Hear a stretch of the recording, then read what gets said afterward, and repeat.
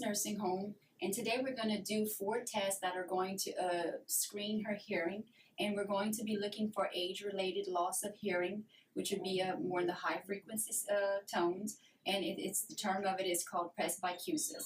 So Ms. Boudreaux, so that we can clear things up, let's go ahead and can you let the audience know how old you are? I am 67 years old. Okay, and do you give me permission to videotape this screening and to put the screening on YouTube, which is the internet, which people can watch if they want to learn how to do these testing? Yes, ma'am. Okay, so what you want to do when you're doing hearing screening, obviously, is you want to try to find a room that is as quiet as possible. So being in a long-term facility, there's a lot going on. So what we did was we asked the nurses what would be the quietest room, and they told me that it would be the hairdressing room, so this is where we're at. So we'll try to do the best we can. First I want to do is ask her a couple of questions so that we can just get a background and just to see if she's noticed any changes in hearing loss. Because a lot of times with hearing loss in older people, it's gradual. So being that it's gradual, they don't notice it. And as we all know, any loss of the senses such as vision and hearing, that's a safety issue. When you can't hear and see what's going around you, and especially with delayed responses as you get older, it could put the client at risk. So, Ms. Boudreaux, do you ever have difficulty understanding everyday conversation? No. Do you ever have trouble understanding sound when there's background noise? Yeah, that's right. Do you ever have trouble hearing the radio or the TV? Do you have to constantly turn it up loud? No. Do you ever feel like when people are talking to you, they're mumbling? Sometimes. Okay, so these were 4 good questions that you can ask your client, and what if she would have just answered yes to one of them, that should give you some suspicion that she may have some hearing loss, and she actually answered yes to 3 of them. So the first screening test that we're going to do, it's 2 of them, and it's with the use of the tuning fork. And when you use a tuning fork, you have to use the 512 because there's different kinds and different numbers, but 512 is what we're going to use to do the Renee's test and the Weber's test. And what the Renee's test does is it's going to test her bone conduction and air conduction. And for it to be a normal test, her air conduction has to be twice as long as the bone conduction. And I've already given her instructions on how the test is to be done, so to save us some time. So what you'll need is your tuning fork and then some form of taking time. So I'm going to go ahead and use my iPhone. Okay, so let me coordinate myself here. All right, Ms. Boudreaux, so can you look straight ahead? And so your landmarks are going to be, you want to, the first part of the test to do the bone testing would be on the mastoid bone. And then once I do the mastoid bone, then I'm going to put it directly in front of the tragus. Okay, so you ready? Mm-hmm. Okay. So what she's going to do is as soon as she hears the sound, she's going to tell me she hears it. When the sound stops, she's going to tell me that it stopped. And then when she hears it again, she'll let me know when she hears it again, and she'll let me know when the sound stops the second time. Okay? You ready? Mm-hmm. I hear it. I don't hear it. I hear it.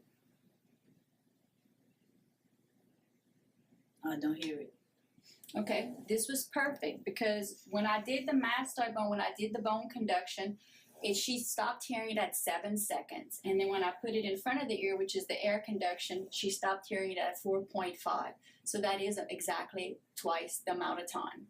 So that was the right ear, and we always start with the right ear so that way you can have some kind of consistency. And you'll see we'll do the same thing when we do the audiometry, the pure tone testing. So what I'm going to do is I'm going to cross over and do the other side. So we're going to do the exact same thing, suppose you're doing good. It's just a little hard trying to coordinate the timing of it, and you have to hit the tine on something that's hard because I find when I hit it on my soft tissue, I could not get enough of a tone of it. So what I'm doing is I'm hitting it on the bony part of my wrist. Okay, you want to look straight ahead.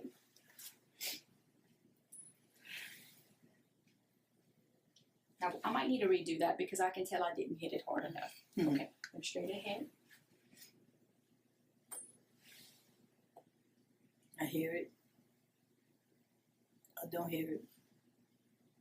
I hear it. I don't hear it. Okay, and as you can tell, it is kind of hard to get the same consistency of sound with hitting it. So you got to get a lot of practice with it in that, so that way you can get the same timing of it.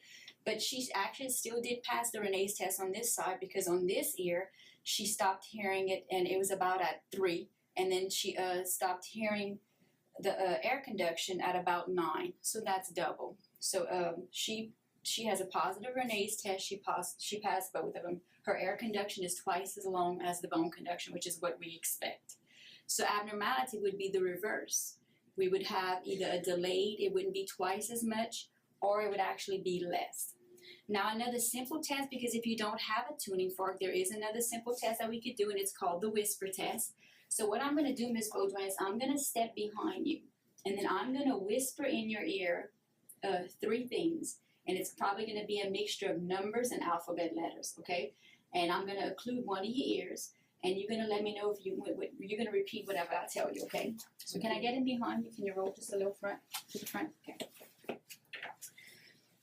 So what you want to do is, let's say we're going to test the right ear first. Keeping with that consistency, you're going to hold the ear down on the tragus and occlude the left ear. So what I'm going to do is I'm going to come about 2 feet, I'm going to come a couple of inches away from her head, and I'm going to whisper 3 words. Actually, 3 letters and numbers. Okay. 8, 7. Can you repeat those? 8, 8, 7. Okay. And actually what I said was 8, 8, 7. So now you're going to do another 3 letters, and you're going to occlude the right ear, and you're going to change those letters because you don't want her to memorize them. Okay.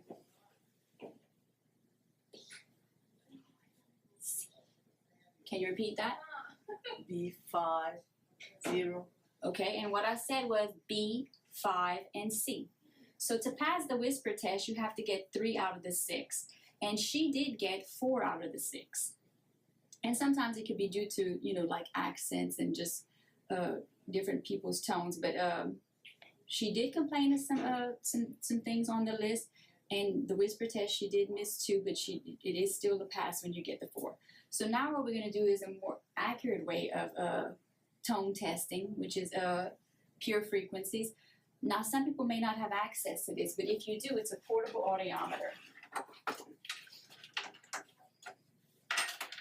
And this is actually going to test her hearing at different frequencies. And the normal frequencies that you want to check would be the 1,000, 2,000, and the 4,000. 4,000 being the high frequency. And as I mentioned before, in older people, the normal changes of hearing usually affects the high frequency. So we would start to know changes in the 4,000 level. So what I'm going to do is I'm going to put the hearing phones on your ear, and then I'm going to give a series of beeps.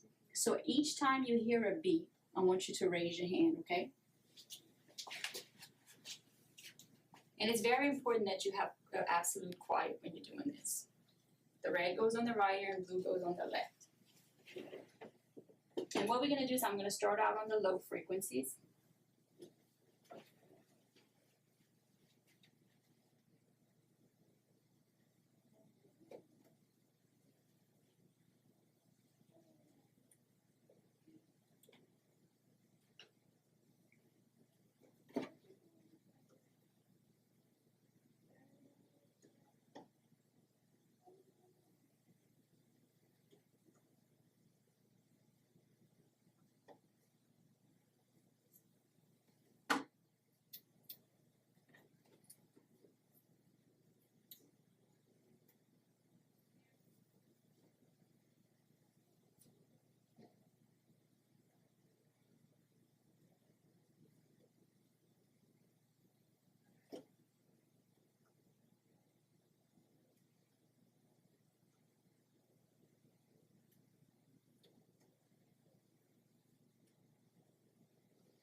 You want to zoom in on this?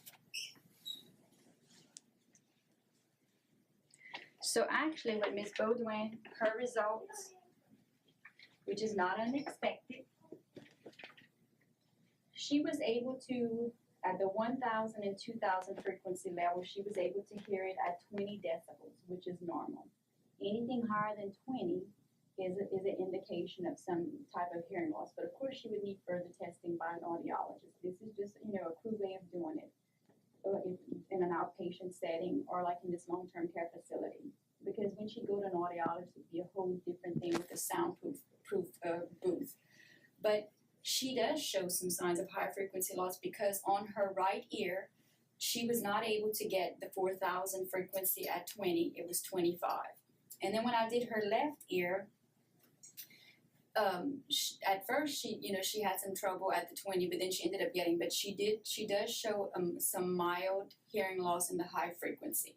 So this would be where this is the thing she was complaining about. So we're not going to diagnose her with a hearing loss, we're just saying that she didn't pass the screening, and so this would need further investigation by someone who is specialized in this training. So just some things that I want to cover that are important to know. We're going to take a spray here. Is that, of course, as we age, everything that we have, when it's 67 and 70 and 80 years old, we can't expect it to work like it used to. That's just the way it is. But we do know that age-related loss, conductive hearing loss, it occurs because of the abnormalities of the outer and the middle ear. So it's going to be the physical changes that occur, the droopiness of the tragus, and then also the decrease in function of the 3 small ossicle ear bones that are in the eardrum. The eardrum actually has some changes too. And then that would be the conductive hearing loss side of it. But the sensorineural hearing loss side of it would be that there would be changes to the inner ear or the nerve pathways, in specific the cranial nerve 8, which is the hearing nerve. And people don't realize, but heart disease, high blood pressure, and all these vascular conditions, the arteriosclerosis, atherosclerosis, that constricts blood flow to your hearing organs. And so that also can cause an age-related hearing loss. So, any questions, Ms. Boudreaux? No. You did well. I mean, and really, and I know in the school setting, when a child gets the 25, a lot of times it could be too from fluid in the ear. It could be some things that are not permanent. So that's why you would need further testing. Also, as we age too, we get more wax in our ear, and she could have a wax blockage. So that could be part of a conductive loss, which she'd need to have an actual visual look inside of her ear with an otoscope. But if you don't have any questions, I think that's it. But you do need to make sure that you do your yearly hearing test, and we can always come and do it for you if you'd like. Yeah, that would be Okay. All right. That's it.